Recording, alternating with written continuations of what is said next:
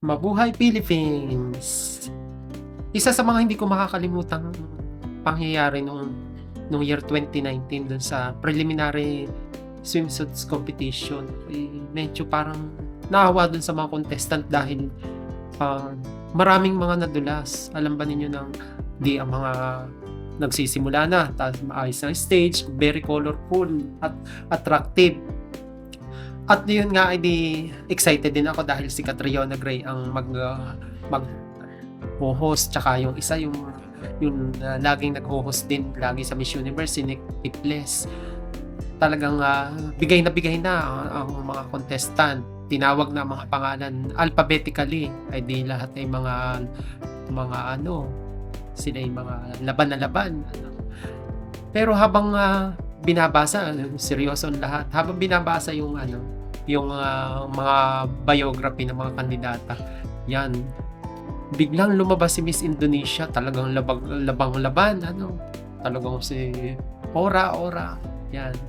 At nang biglang umikot siya ay talaga ng mga lahat ay namanghaan. Ako napasigaw din ako doon dahil talagang awang-awa ako sa kanya na mapapaupo na siya, pero pag pag tindig, talagang kitang-kita mo pa rin na siya ay the show must go on. Pero awang-awa ako mga guys doon sa mga kandidata kay Miss Malaysia. Yan, dumiretso na. Dire-diretso pa rin ang mga pa-swimsuit competition. Yan, mayroon na namang isa. Yan, si Miss France biglang lumabas, di ora sa kanyang suot-suot. Pa-post pa, sexy, boom na boom. At bigla nga namang, pag-ikot, talagang lagabog yung kanyang, yung kanyang pigi. Ako'y napaawa dahil syempre alam ko pag halimbawa ako rin ang napadulas, lalo na't maraming tao, nakakapahiya talaga, kaya awang-awa ako sa kanya.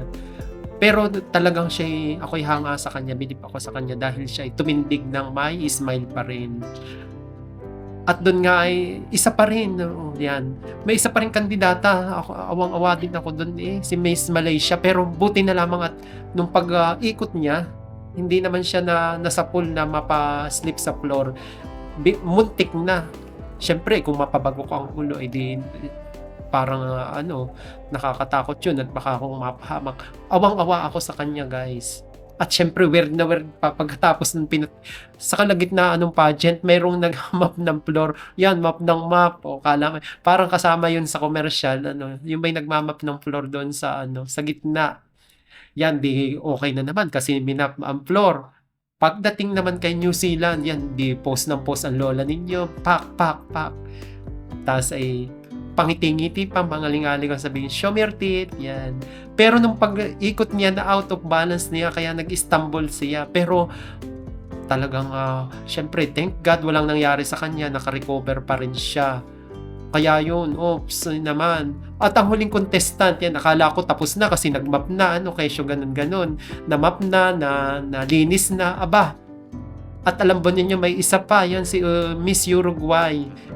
Little Istanbul lang naman, pero hindi natuloy, namadapa. Kaya yun guys, awang-awa ako sa mga contestant. Yun yung talagang Miss Universe swimsuit preliminary competition ng Miss Universe 2019 ang hindi ko talaga malilimutan dahil awang-awa ako dun sa mga kandidata. Kaya sana hindi na ito mauulit.